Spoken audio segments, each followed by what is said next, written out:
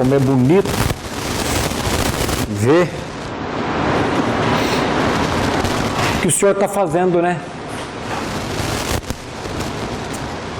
M. Bondes, ele diz que Deus unge homens e não métodos para pregar a palavra. Às vezes nós queremos usar métodos e não funciona. Nós precisamos da unção do Espírito de Deus para que possamos anunciar esse Evangelho. Vamos orar? Pai, mais uma vez nós te louvamos e te agradecemos.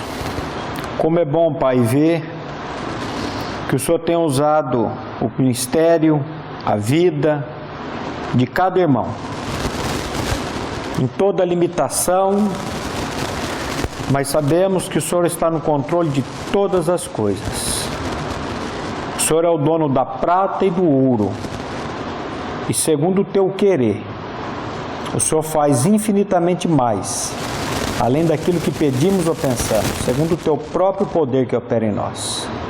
Pai, continua falando conosco, nos confrontando com a tua palavra, e que, Pai, a pessoa do teu Filho seja formada em cada um de nós, que cada um de nós aqui, Pai, possamos ser o bom perfume de Cristo.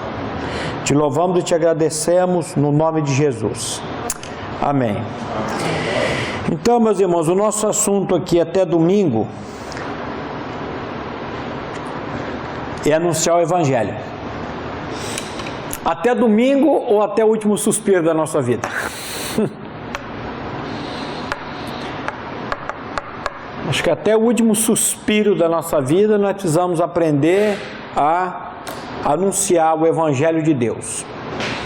Ontem nós vimos que o Evangelho é o poder de quem? De Deus.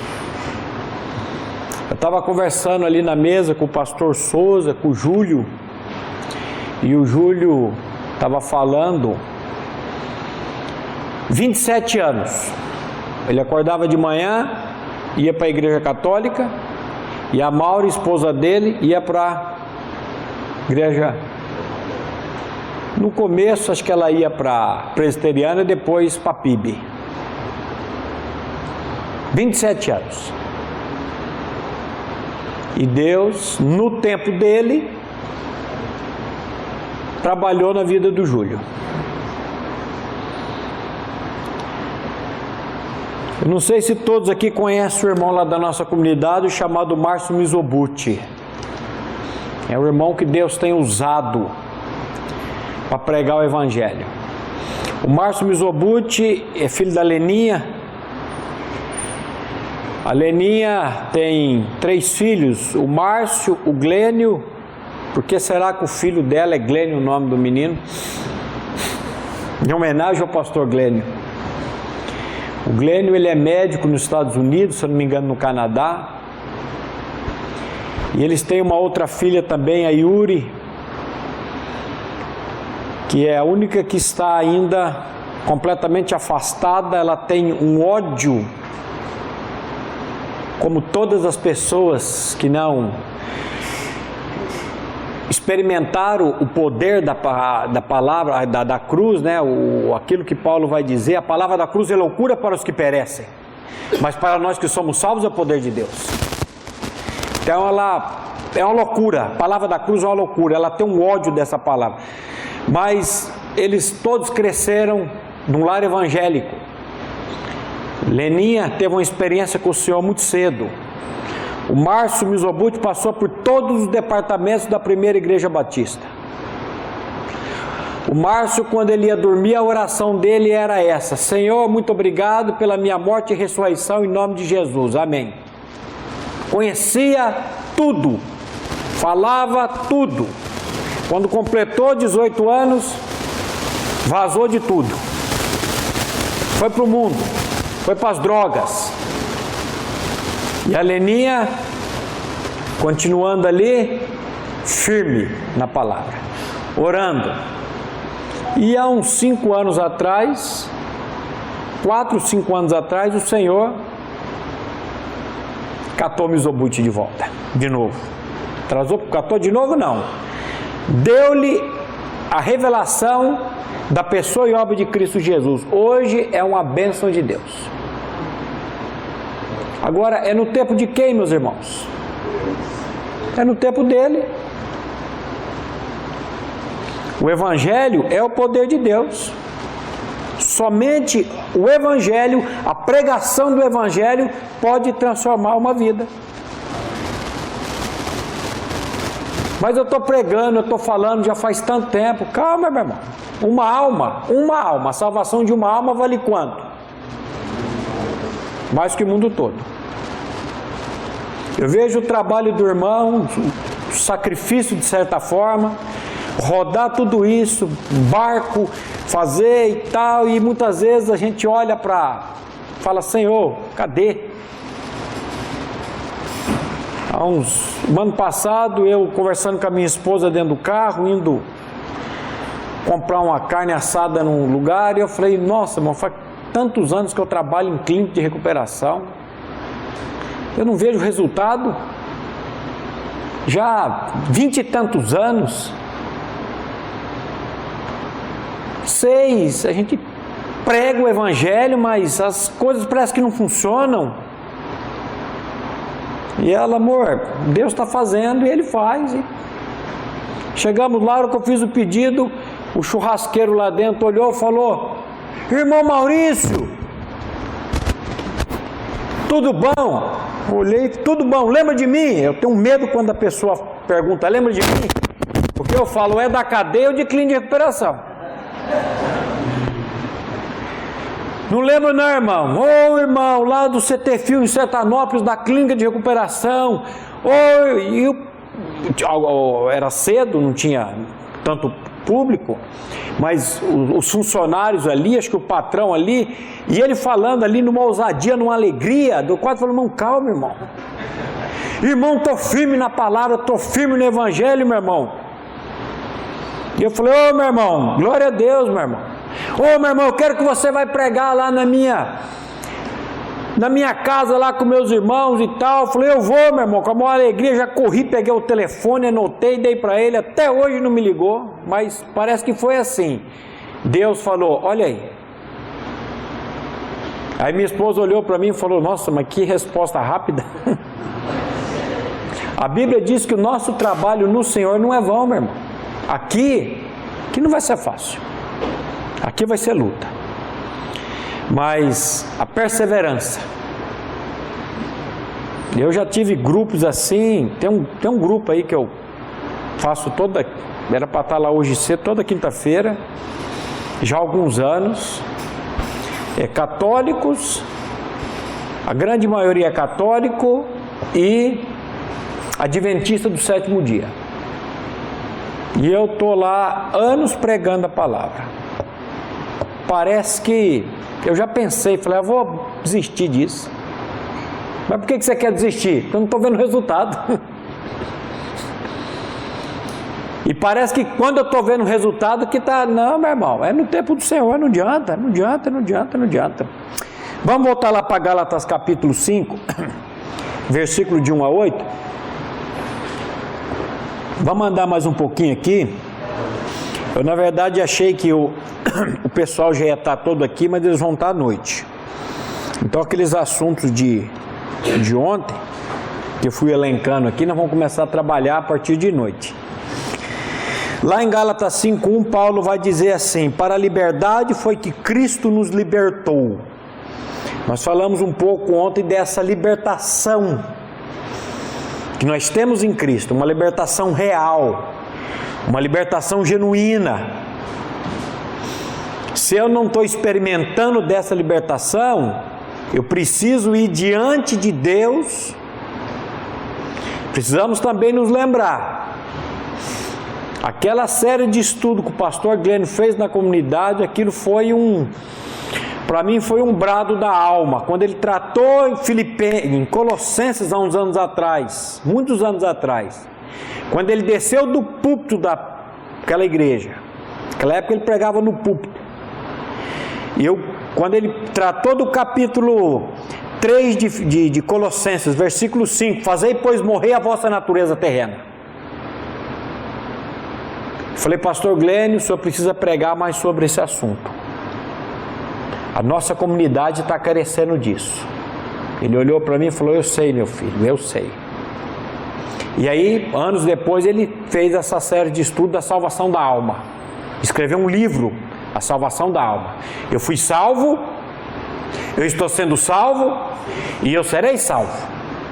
Eu fui salvo no meu espírito quando eu criei, por obra do Espírito Santo, que eu morri e ressuscitei com Cristo naquela cruz. Nenhuma condenação há para os que estão em Cristo Jesus. Só que eu tenho uma alma que foi cuspida, que foi sofrida, que foi abusada. Existe todo um acúmulo de maldade numa alma. Do que é composta a nossa alma, meus irmãos? Mente, emoções e vontade. A minha alma não é regenerada do dia para a noite, o meu espírito é. E eu ainda habito num corpo de pecado. Então, esse livro para mim foi um marco. O Senhor já estava tratando esse assunto comigo, pregando nos grupos. Eu comecei a trabalhar com Romanos lá na nossa comunidade,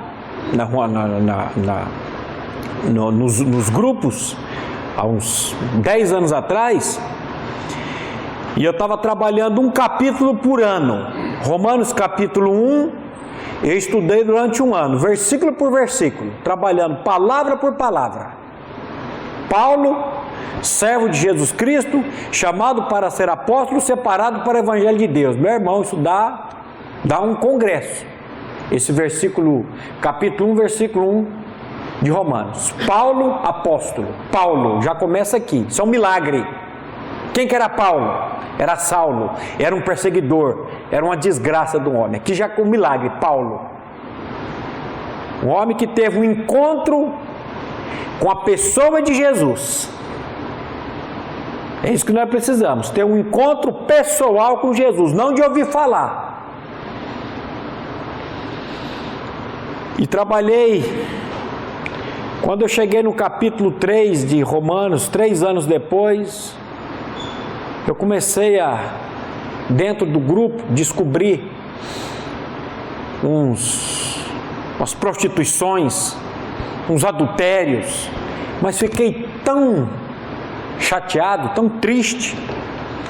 Aí o Senhor me levou para o capítulo 8 de Romanos, para tratar sobre santificação prática, salvação da alma. Porque hoje nós falamos muito da salvação do Espírito, e temos que falar mesmo, tudo começa pelo Espírito.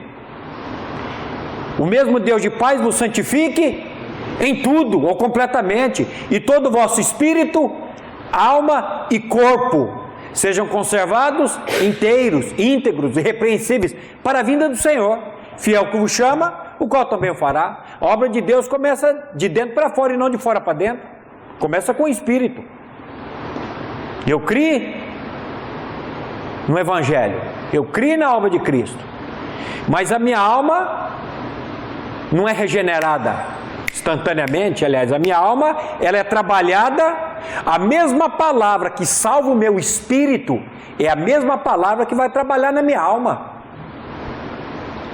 Eu sempre pregava 2 Coríntios 4,10 pensando na salvação do espírito, não tem nada a ver com o espírito, levando sempre por toda parte a mortificação ou morrer de Cristo, para que a vida dele se manifeste também em nossos corpos mortais, porque eu ainda habito num corpo de pecado. Eu fui regenerado no meu espírito, mas o pecado me assedia. O pecado, ele está no meu corpo, eu ainda habito num corpo de pecado. Por isso que eu fui salvo, eu estou sendo salvo e eu serei salvo. Um dia eu vou ser salvo da presença do pecado, quando eu morrer ou quando eu for arrebatado. Mas enquanto eu viver aqui, eu ainda tenho uma alma, que o Senhor está trabalhando com ela. Agora, como eu estava dizendo, a mesma palavra que salvou o meu espírito é a mesma palavra que vai tratar com a minha alma. Receber com mansidão a palavra em vós implantada, a qual é poderosa para salvar as vossas almas. A minha alma está poluída, meu irmão. A minha alma tem uma história. Existe um acúmulo de maldade. Um viciado, quanto mais em pornografia. Quando conheci a palavra, arrebentei todas aquelas fitas VHS, acabei com tudo aquilo. Aquela alegria da salvação. E 2 anos depois, já estava na pornografia de novo. Aí ficava, meu Deus, eu não sou nascido de novo. Se eu fosse nascido de novo, eu não estava ali. E era aquela luta, isso é na minha alma. E faz poucos anos que o Senhor realmente tratou do vício da pornografia na minha vida. Quando um dia eu fui lá confessar com o pastor Glênio. Primeiro eu falei com a minha esposa, não foi fácil. Ela me chamou de hipócrita, disse que eu era falso, porque as pessoas não têm misericórdia e não sabem da história da gente. É fácil você olhar para o Souza e falar, esse cara aí, essa tranqueira. Mas pergunta a história da vida dele, como é que foi? Porque quando eu aponto o dedo para o pastor Oséias, tem quantos voltados para mim? Tem 3 e 1 para Deus. Jesus disse, você gosta de olhar o quê? O cisco do olho do teu irmão, mas tem o quê no teu? Uma trave. Hipócrita, tira a trave do teu para querer enxergar o cisco do... Hoje, meu irmão, hoje eu tenho um pouco mais de misericórdia com os irmãos que estão sofrendo. E eu vou dizer uma coisa para vocês, esse espinho na minha carne foi um troço. Agora vocês não sabem o tanto de pessoas que o Senhor tem levado lá no gabinete, lá na nossa comunidade. Semana passada eu atendi um senhor, 60 e poucos anos. A esposa dele, ele é de uma igreja batista da cidade de Rolândia, aqui pertinho. A esposa descobriu a pornografia, ligou na igreja, marcou com a secretária 1 hora. Eu fui conversar com esse homem. Ele falou, olha, eu estou aqui hoje porque a minha mulher marcou. Eu não queria estar aqui. Ontem eu taquei meu celular na parede e arrebentei. Eu sou um viciado em pornografia. Eu falei, Deus manda o cara na hora certa, para a pessoa certa, na hora certa. E ali pudemos conversar 1 hora e tanto. Eu contando a minha história. Como que Deus tratou comigo.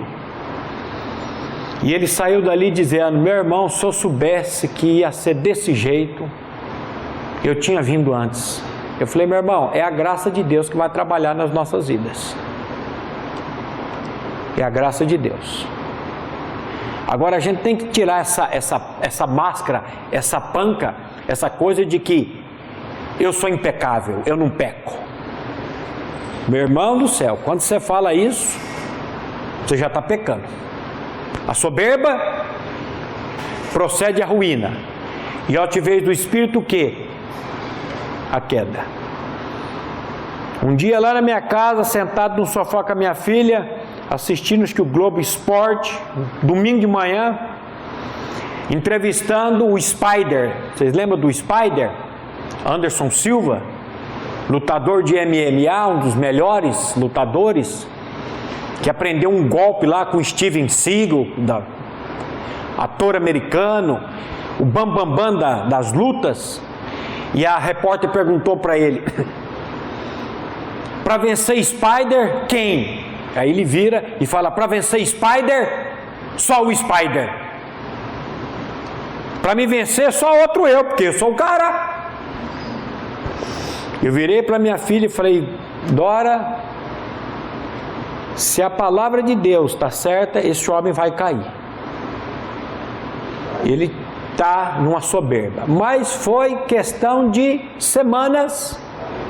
Ele perde uma luta, depois numa outra luta ele quebra a canela, depois ele é pego no doping, e foi, e cadê Spider? Acabou.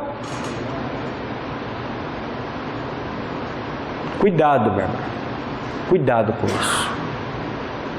Cuidado com isso.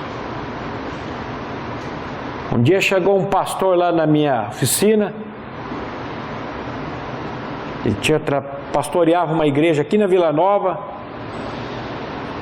E ele tá até a foto aqui. Mostrei para o pastor Glênio. Falei, olha aqui, ó, seu amigo.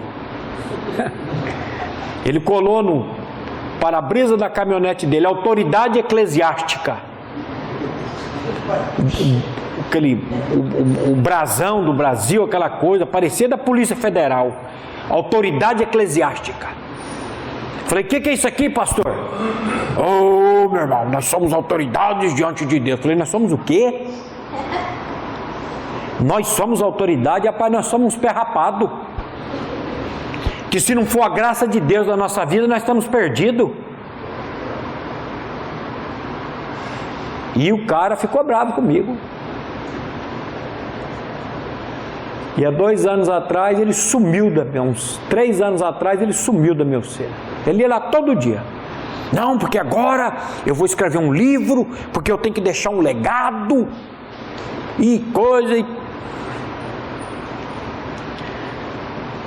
O irmãozinho falou, você ficou sabendo do pastor fulano? Eu falei, não, o que aconteceu? Rapaz,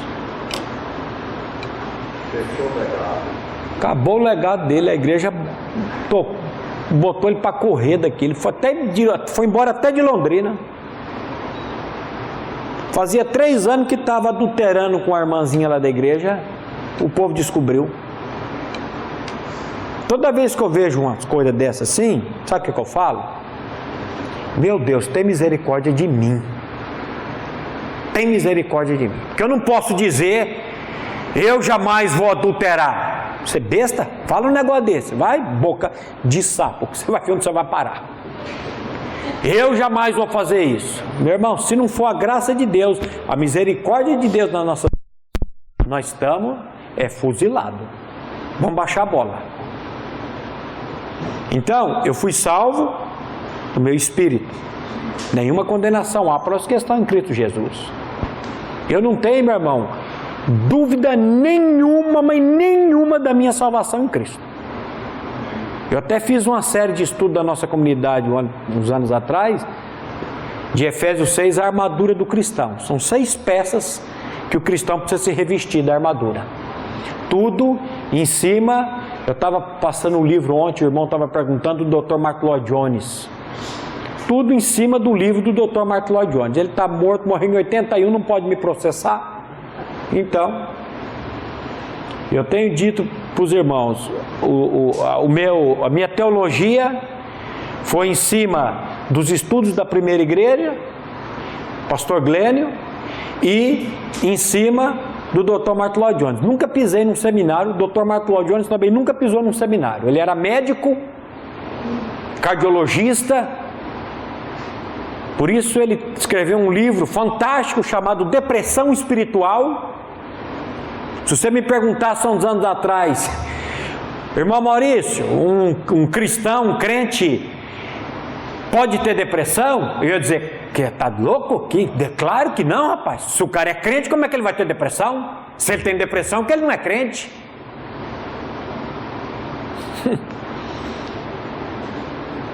Meu irmão do céu. Quantos homens de Deus, gigantes de Deus, tiveram depressão profunda? Profunda. Bíblicos e fora da Bíblia.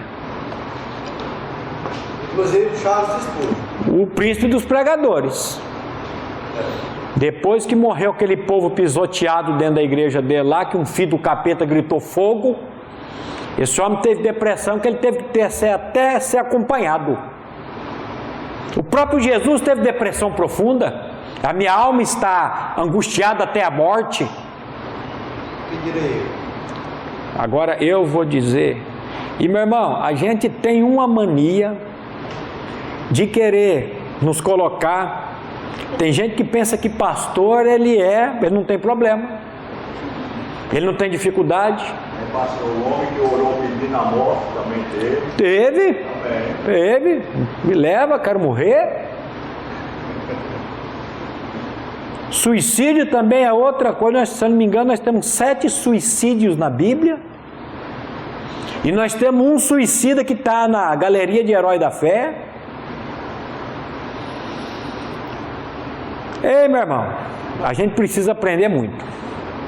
Às vezes eu vejo um nego, fez 4, sei lá, 5 anos, 7 anos de seminário, ele acha que ele é. E tem uns que tem assim, doutor em divindade, PhD em Deus. Eu tenho até medo de encostar num cara desse, levar um choque e morrer. Porque o cara deve ser... O cara acha que estudou 7 anos sobre Deus, ele sabe alguma coisa. Aí eu vejo Jesus dizendo assim: a vida eterna é esta, que conheçam a Ti, como único Deus verdadeiro, e a Jesus Cristo, teu Filho, a quem enviaste. O que é vida eterna? Conhecer a Deus. Como é que você vai conhecer a Deus? Como é que eu vou conhecer a Deus? A vida eterna.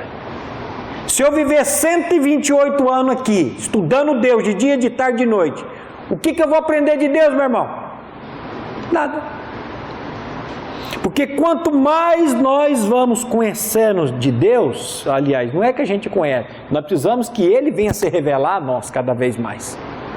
Porque também tem outro problema. A Bíblia diz que a ciência incha, o conhecer ensoberbece.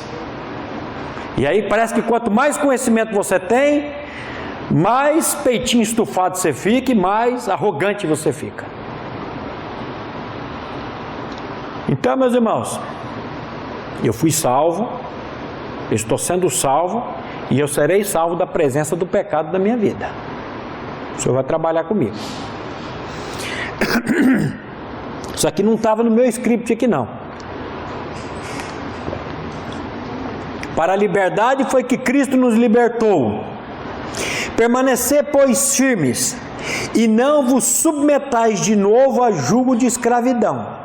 Eu, Paulo, vos digo que, se vos deixar de circuncidar, de Cristo nada vos aproveitará. De novo testifico a todo homem que se deixa circuncidar, que está obrigado a guardar toda a lei. De Cristo vos desligastes, vós que procurais justificar-vos na lei, da graça decaístes, porque nós, pelo Espírito, aguardamos a esperança da justiça que provém da fé, porque em Cristo Jesus nem a circuncisão, nem a incircuncisão tem valor algum, mas a fé que atua pelo amor. Vós corrieis bem. Quem vos impediu de continuar a desobedecer a verdade? Esta persuasão não vem daquele que vos chama. Meus irmãos, a nossa luta é contra o quê? É contra pessoas?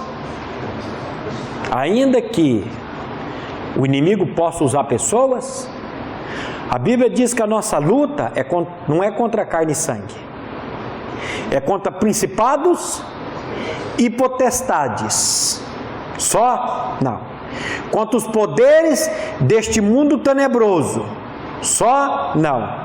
Contra as forças espirituais do mal nas regiões celestes. Tem gente que acha que isso é pouca coisa.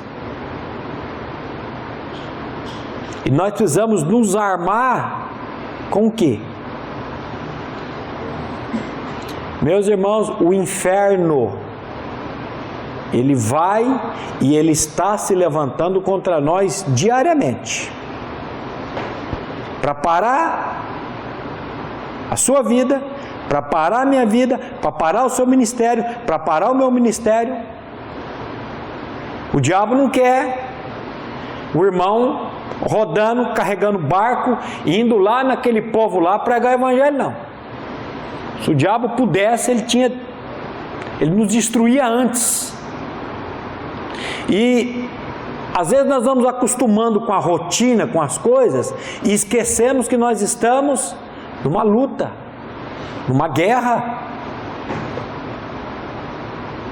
E as coisas começam a acontecer e você esquece de olhar para o Senhor e clamar a Ele por misericórdia. Esquecemos de olhar para Cristo e esse crucificado. E aí, meu irmão, aí você começa a entrar em depressão, você começa a entrar em parafuso, você começa a ficar desanimado, você começa a ficar triste. E é o que eu sempre falo, quando eu olho para mim, eu vou entrar em depressão. Quando eu olho para o tio Hildo, decepção. ele vai me decepcionar e eu vou decepcionar ele. As pessoas nos decepcionam. Agora, quando eu olho para o Senhor, o que acontece? Segurança. É fácil nós sairmos do prumo da palavra de Deus e ir para aquilo que nós pensamos, para aquilo que nós sentimos, para os nossos projetos. Não, eu tenho um projeto aqui. Tá bom, o projeto é bom. Eu vejo a fé do irmão lá comprando cadeira, comprando tudo os trem, não tem onde pôr ainda. Mas, Senhor, o Senhor está no controle. Senhor, vai adiante. O pastor Glenn fala que o versículo mais difícil da Bíblia é o Salmo 37:5. Entrega o teu caminho ao Senhor, confia nele. E tem algumas versões que dizem o mais ele fará, mas eu gosto daquela versão que diz e tudo ele fará. Entrega, confia. O problema nosso é a entrega. A gente entrega e não entrega. Entrega e não entrega. Não, entrega, confia. Nosso problema sempre deságua lá no Salmo 9:10. Em ti, pois, confiam os que conhecem o teu nome. Quem conhece, confia. Quem confia, descansa. Nós nos frustramos porque nós queremos que os nossos projetos sejam feitos. Que as coisas sejam feitas do nosso jeito. E é do jeito de Deus, é no tempo de Deus, é no andar de Deus. A gente fala que crê na Bíblia, mas não crê. A gente lê lá Romanos 8:28, sabemos que todas as coisas cooperam, contribuem para o bem daqueles que amam a Deus, só que a gente não crê nisso. Quando o negócio não dá do nosso jeito, a gente quer fazer igual o pastor Souza, quer puxar a peixeira. E aí? Tudo contribui para o bem daqueles que amam a Deus, Ele está no controle de tudo. Eles que são chamados. Sim, são chamados. E aí o que nós tratamos, será que nós somos realmente chamados? O Senhor te chamou ou você que se ofereceu? Tem muita gente que está no ministério que não devia estar no ministério, porque não teve o chamado de Deus. Por isso que eu disse ontem aqui, Senhor, eu sou realmente um chamado? Quando eu fui casar com a minha esposa, já estava começando a frequentar a PIB, éramos católicos, eu vivia mais no centro de Macumba, tomando banho de descarrego e fazendo uma série de coisas. O pai de santo dizia para minha mãe, esse menino vai dar um pai de santo, ó. Ele tem o dom da mediunidade. E vivi em centro espírita com a minha mãe. Hoje eu falo para minha mãe, ó o pai de santo que deu. De vez em quando eu boto um short branco que eu tenho lá, uma camisa branca, eu falo, hoje eu estou parecendo pai de santo. Mas meus irmãos, as armas da nossa milícia, vamos ler 2 Coríntios 10, 3-5, o que Paulo diz aqui? 2 Coríntios 10, 3-5. Olha o que Paulo diz aí. Porque embora andando na carne, não militamos segundo a carne. Porque as armas da nossa milícia não são carnais, e sim poderosas em Deus, para destruir fortalezas, anulando nós sofismas e toda altivez que se levante contra o conhecimento de Deus, levando cativo todo pensamento à obediência de Cristo. Embora andando na carne, nós não prestamos mais serviço para a carne.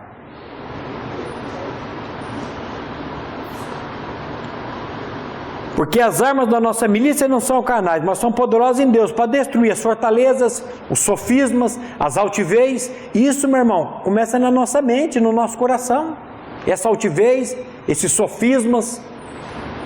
Quando nós paramos de olhar para Cristo crucificado, essas coisas parecem que vão grudando na gente de um jeito. Você vai desanimando. Você vai desanimando. Você olha. Eu fico pensando na Leninha, mãe do Mizobuti. O menino cresceu ouvindo a palavra, confessando que estava crucificado com Cristo. E de repente, o moleque desaparece. E vai para as drogas. e começa a ganhar dinheiro e viaja o mundo. E ela ali, ó. E ela ali, firme. A Bíblia não diz: todos os seus filhos serão o quê? Discípulos do Senhor. E eu tenho hora que eu fico olhando para minha filha e dizendo: Senhor, será? Será que vai?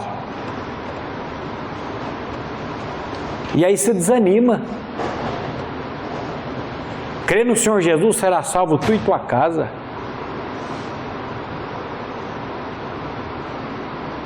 É perseverança, meu irmão. Perseverança na oração. O Leonardo Ravenhill, ele fala assim: ninguém crê mais firmemente no poder da oração do que o diabo. Não porque ele a pratique, mas porque ele sofre as consequências dela. Quem que não quer?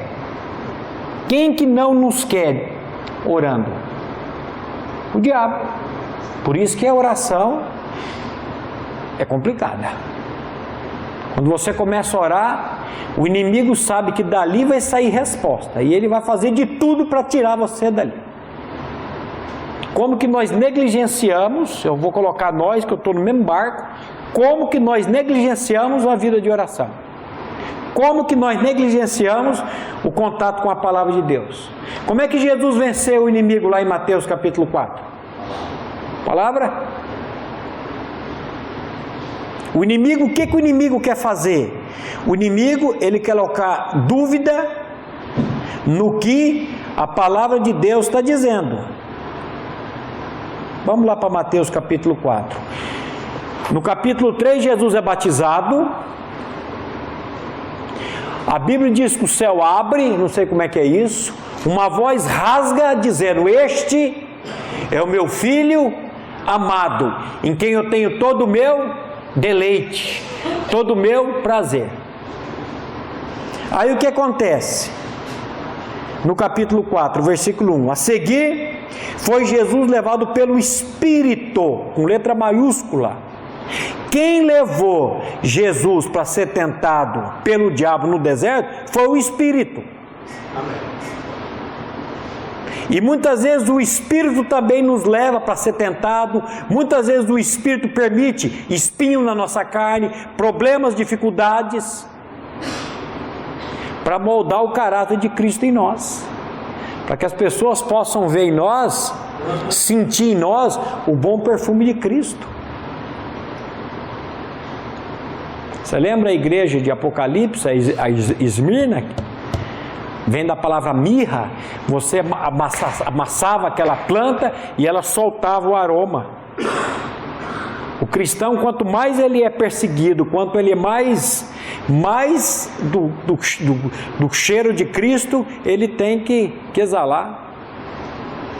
A seguir foi Jesus levado pelo Espírito ao deserto para ser tentado pelo diabo. Depois de jejuar 40 dias e 40 noites, teve fome. Então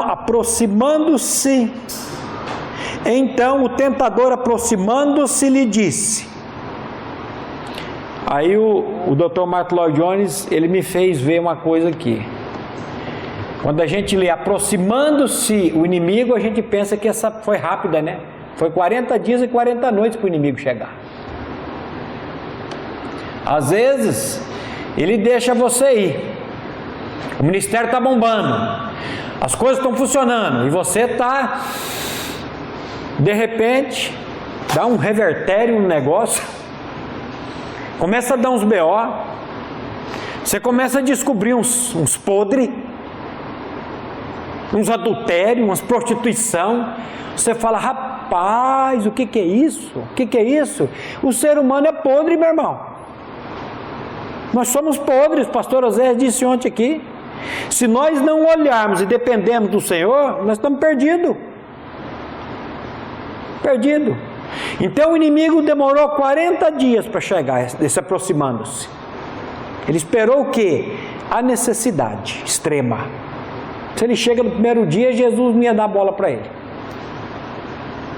E aí, olha a estratégia. Se tu és o Filho de Deus, o que Deus tinha dito 40 dias atrás? Este é meu Filho amado. Se tu és o Filho de Deus, sempre querendo colocar dúvida aonde? No que Deus está dizendo. Se tu és o Filho de Deus, manda que essas pedras se transformem em pães. Mas Jesus responde o quê? Está escrito: não só de pão viverá o homem, mas de toda a palavra que procede da boca de Deus. Jesus se defendeu com o quê? Com a palavra. Nós estamos nos defendendo com as astutas ciladas do diabo. Com o quê, meus irmãos? E nós estamos conseguindo enxergar, compreender que muitas vezes o inimigo tem usado pessoas, coisas, e aí a gente acaba criando uma rixa com a pessoa, um ódio com a pessoa, e não por aquele que está por trás da pessoa. Por isso que Jesus mandou fazer o quê? Orar pelos que vos perseguem. A nossa arma, a nossa carne é o quê? Eu dou um gelo nesse irmão, não olho mais para a cara desse mardito, Bernardo Bizenga, e vou tocar minha vida. É fácil, né? Mas o que a palavra de Deus está dizendo? Você está vendo como é que é fácil a gente sair do prumo e fazer aquilo que nós pensamos, aquilo que nós desejamos, do nosso jeito? Aí a gente não crê que todas as coisas cooperam para o bem daqueles que amam a Deus. Exemplo prático. Sola Grate aí vira para você e fala: meu irmão, foi muito bom te conhecer, mas não precisa mais dos seus serviços. Ô pastor, está sabendo de alguma coisa? Não estou sabendo de nada, é só suposição. Aí você vai sair aqui do congresso, aqueles marditos, Bernardo Bizenga, aquele povo que entrou lá agora, eles acham que é dono da igreja, aí começa.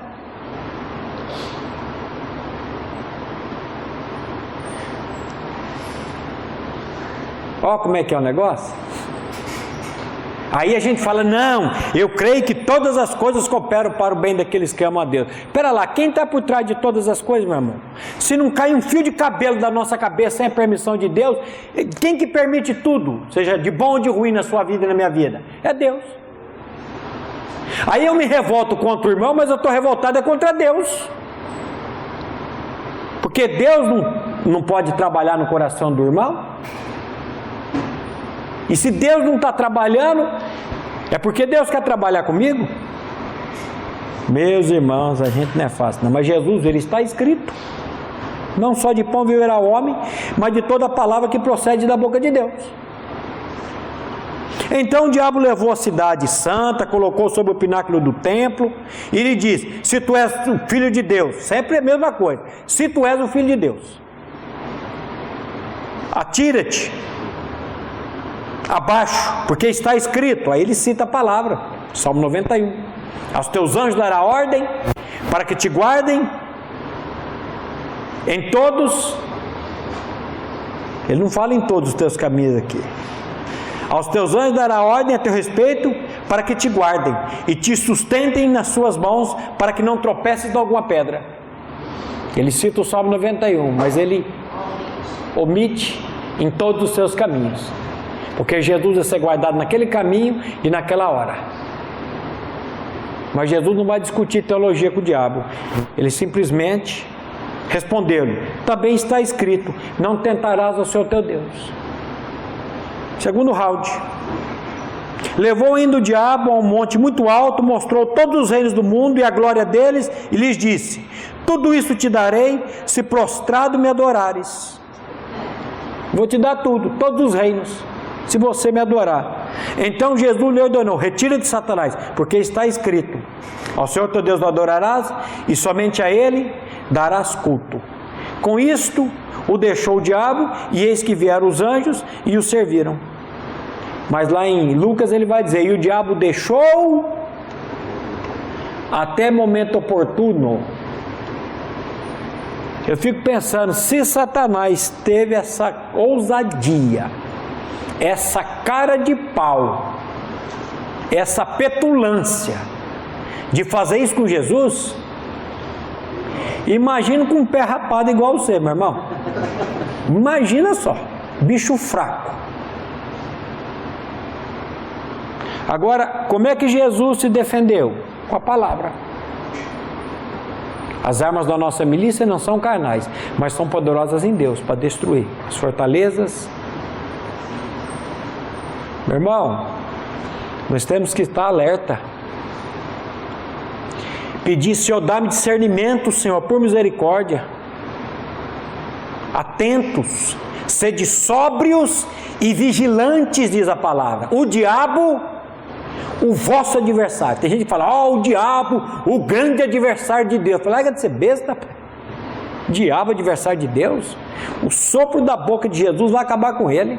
Tem nem que bota Deus e o diabo assim, quase que Deus vai ganhar dele, mas vai dar um trabalho para Deus da bexiga. Não, meu irmão. Estão botando Deus abaixo do poder de Deus. Tem quando gente. Se crê em perda de salvação.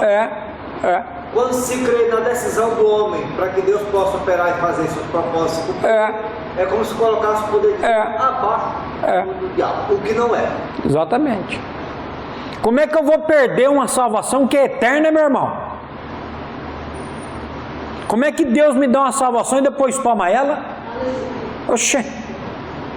Eu estou morto em delito e pecado, Ele me vivifica, me dá a vida dele. Agora eu vou pisar na bola, Ele vai tomar a salvação? Eu vou pisar na bola, o chicote vai comer, Ele vai trabalhar comigo? Como é que eu sei se eu sou uma nova criatura? Como é que está o pecado na sua vida? Ele é uma coisa normal? Você tem vivido em pecado? Você tem vivido em pornografia? Você tem vivido em pecados e isso não tem pesado em você? O pecado na vida da nova criatura é um acidente de percurso, é um estrepezinho. Você vai pecar? Vai. Não existe esse negócio, eu nasci de novo, não peco mais. Eu continuo pecando, eu tenho uma alma ferida, eu tenho um corpo que o pecado habita nele, mas eu tenho um Salvador que cuida de mim. Agora, quando eu peco, o Espírito vem trabalhar comigo. Ele não vai me deixar. Aquele que começou a boa obra em vós, Ele é de aperfeiçoá-la até o dia de Cristo Jesus. E aí vem... aí vem o cacete. Pastor Glenn usou uma frase há uns anos atrás: é melhor ser conservado na salmoura do que apodrecer no mel. Aí o Senhor vai trabalhar comigo. Vai trabalhar comigo. Eu não tenho uma vez que eu peque e que eu saia dali limpando a boca e dizendo coisa boa. Pelo contrário, eu saio dali chorando. Senhor, tem misericórdia. Senhor, tira essa desgraça da minha vida.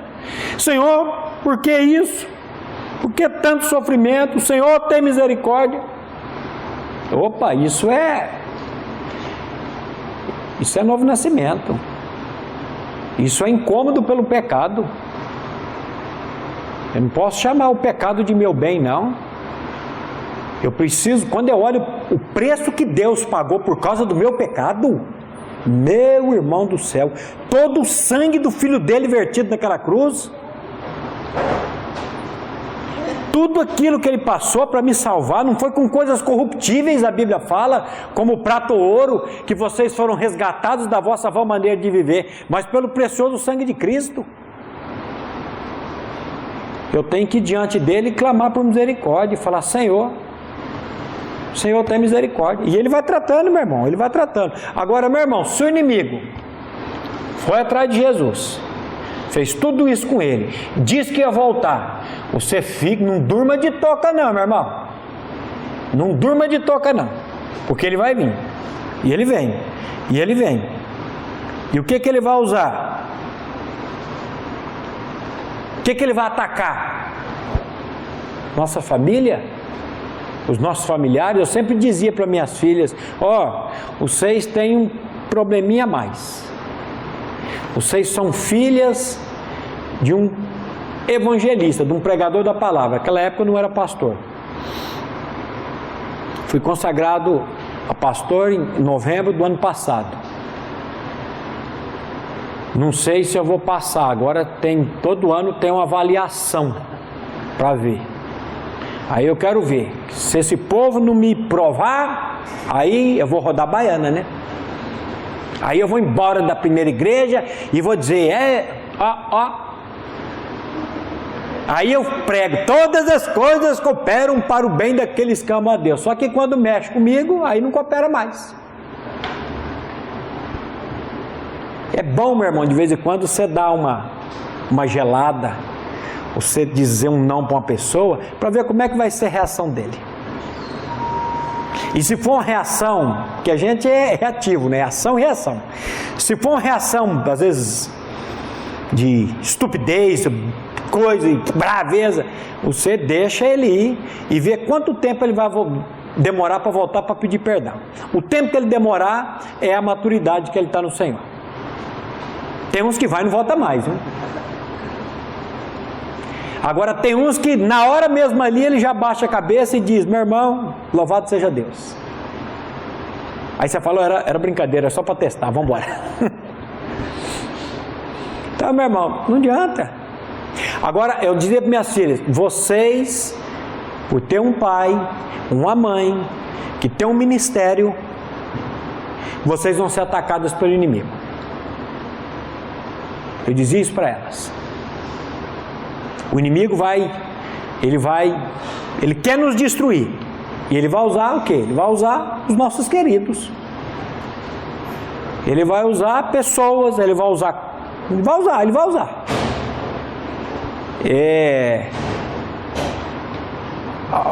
Tem um autor que ele diz que existe mais de 85 mil espécies de insetos. E aí ele fala assim: existe mais de 85 mil maneiras e jeitos de o diabo, o inferno, tentar os filhos de Deus. E a gente fica aí achando que está tudo certo. Aí a gente não nos arma das armas da luz. A gente não se reveste de toda a armadura de Deus. Nós não temos um tempo, todos os dias, aos pés do Senhor, com a palavra. Eu falo que pastor não lê Bíblia. Hoje, por exemplo, eu vi uma pesquisa: 50% dos pastores são viciados em pornografia. Dorme com esse barulho na cabeça. 50% dos pastores são viciados em pornografia. O que é isso? Também diz que 75% a 80% das inserções de internet e televisão faz alusão a sexo. Hoje o mundo está aí. Agora, meu irmão, se nós não voltarmos para o prumo, decidir nada saber entre vós, senão a Cristo e este crucificado, levando sempre por toda parte o morrer de Cristo, para que a vida dele se manifeste também em meu corpo mortal. Aquele que quiser ser meu discípulo, negue-se a si mesmo, tome a sua cruz cada dia e siga-me. Meu irmão, do amanhecer ao entardecer, nós temos que ter essa noção: eu estou crucificado com Cristo e vivo não mais eu, mas Cristo vive em mim. A homologação disso, a confessar isso, não fazer disso uma reza diariamente. Senhor, você confesse e peça: Espírito, revela isso no meu coração. Senhor, me guarda. Senhor, me guarda. Porque o inimigo, meu irmão, ele está aí. Você não pode levantar e dizer como: Senhor, todos podem te abandonar, eu jamais vou te abandonar. Não faz isso não, meu irmão. Faz isso não, porque o galo vai cantar e você vai quebrar a cara. Eu preguei sobre isso 2 domingos atrás lá na comunidade, quando depois de Pedro fazer toda essa negação do Senhor, e o anjo fala: manda chamar os meus discípulos e a Pedro para que vão adiante de mim. E quando Jesus chega para Pedro, Jesus mete o dedo na cara de Pedro. Jesus vira para Pedro e fala: Pedro, tu me amas? Com amor ágape. Ele responde: eu tenho uma afeição por ti, apacenta minhas ovelhas. Pedro, tu me amas? Eu tenho uma admiração por ti, apacenta minhas ovelhas. Pedro, tu me amas? Aí Pedro fica triste que ele perguntar pela 3ª vez. E ele fala: Senhor, tu sabe todas as coisas, tu sabes que eu te amo. Então apacenta os meus cordeirinhos. Eu ia chamar um cabra desse para apacentar minha ovelha? Aqui. Mas o Senhor é aquele que vem para restaurar, meu irmão, o desfalido. Eu não sei, meu irmão, como é que está seu coração, como é que está a sua vida. Eu sei de uma coisa: você está passando por problema, você está passando por dificuldade, você está passando por angústia. Você está passando. Seja bem-vindo a bordo. Eu gosto de Jesus. No mundo tereis tribulações, no mundo tereis aflições, mas tende bom ânimo. Por quê? Porque eu venci o mundo. E Ele em mim, eu não sou vencedor. Eu sou mais do que vencedor por meio daquele que me amou. Então, meu irmão, vamos parar de olhar para nós, para as pessoas, para as circunstâncias e dizer: Senhor, eu já disse para o pastor Eric que quando, se eu for embora, o Senhor me recolher, nós somos uma encomenda que a parteira enviou para o coveiro, a qualquer minuto essa encomenda vai chegar. Eu estou vendo os missionários aqui, os irmãozinhos velhinhos já. Falei: ih, rapaz, esses aí, não sei não. Fico pensando cá, o solzinho ali já está com 70 e tanto. Mas pode ser que eu vá primeiro que ele. A gente não sabe. Mas que nós somos uma encomenda que a parteira enviou para o coveiro, a qualquer minuto essa encomenda pode chegar. Pode chegar. Não adianta. Qualquer minuto. Agora, eu disse para o pastor Eric, no meu velório, um dos cânticos que eu quero que você toque lá, não vou poder reclamar se ele não tocar, mas é aquele cântico: volve os olhos a Cristo, contempla sua face na cruz, e então verás que é bem quisto, sim aceito em Cristo Jesus. Volve os olhos a Cristo.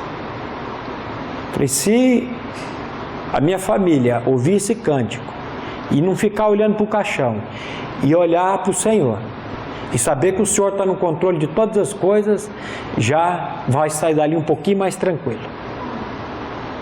Agora, vamos parar com esse evangelho aí de bênçãos e coisas. Não estou dizendo que o evangelho não seja bênção, não estou dizendo.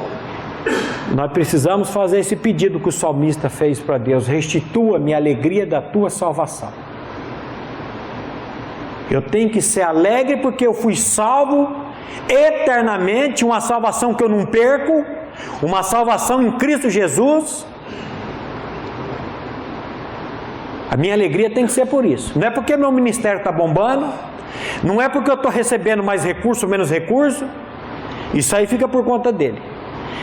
E quando a gente aprende a lançar isso sobre o Senhor, meu irmão, Ele vai fazer. Agora, enquanto a gente quer ficar segurando aqui o cabo da nau, solta o cabo da nau, põe os remos nas mãos e navega com fé em Jesus. Então tu verás que bonança se faz, pois com Ele seguro estás. A gente quer saltar o cabo da nau, quer nada. A gente quer estar no controle. E a gente fica receoso, a gente fica apreensivo, a gente fica com medo. Mas, Senhor, o Senhor está no controle de todas as coisas. Louvado seja o teu nome. E descansar nele, meus irmãos. Vamos orar? Pai, mais uma vez nós nos colocamos diante do trono da tua graça. A tua palavra diz, Pai, que nós podemos nos achegar confiantemente diante do trono da tua graça, sabendo que nós temos graça, nós temos misericórdia, nós temos socorro. E Pai, nós estamos aqui nesse acampamento para alinharmos, Pai, nos alinhar no teu evangelho, nesse evangelho das insondáveis riquezas de Cristo. Pai, que cada coração aqui, Pai, nessa manhã, possa ter essa mesma decisão, Pai, a começar por mim, de Paulo, quando ele disse: decidi nada saber entre vós, senão a Cristo e este crucificado. Que o foco, Pai, de cada um de nós seja proclamar a cruz do nosso Senhor Jesus Cristo, pela qual nós fomos crucificados para o mundo e o mundo crucificado para nós. E é no nome dele, Pai, que nós oramos, nós agradecemos, porque o Senhor já nos garantiu no teu Filho uma salvação eterna. E o Senhor já nos deu uma salvação gratuita. E a cada dia o Senhor vai aperfeiçoando na nossa alma, mais e mais, da pessoa do teu Filho. E é no nome dele, Pai, que nós oramos e agradecemos a Ti. Amém. A Livraria PIB Londrina procura selecionar cuidadosamente seus títulos e autores a fim de oferecer um conteúdo alinhado com o Evangelho de Jesus Cristo. Bíblias, livros de teologia, devocionais, literatura infantil, biografias, comentários bíblicos e muito mais. Dispomos também de um acervo de CDs e DVDs das mais de 5.000 mensagens ministradas na Primeira Igreja Batista em Londrina. Visite a Livraria PIB Londrina e conheça ainda mais. Livraria PIB Londrina, de segunda a sexta, das 13h30 às 18 horas. Endereço na Avenida Paraná, 76A, próximo ao Calçadão, bem no centro de Londrina. Ligue para 3372-8921 ou acesse o site www.livrariapiblondrina.com.br.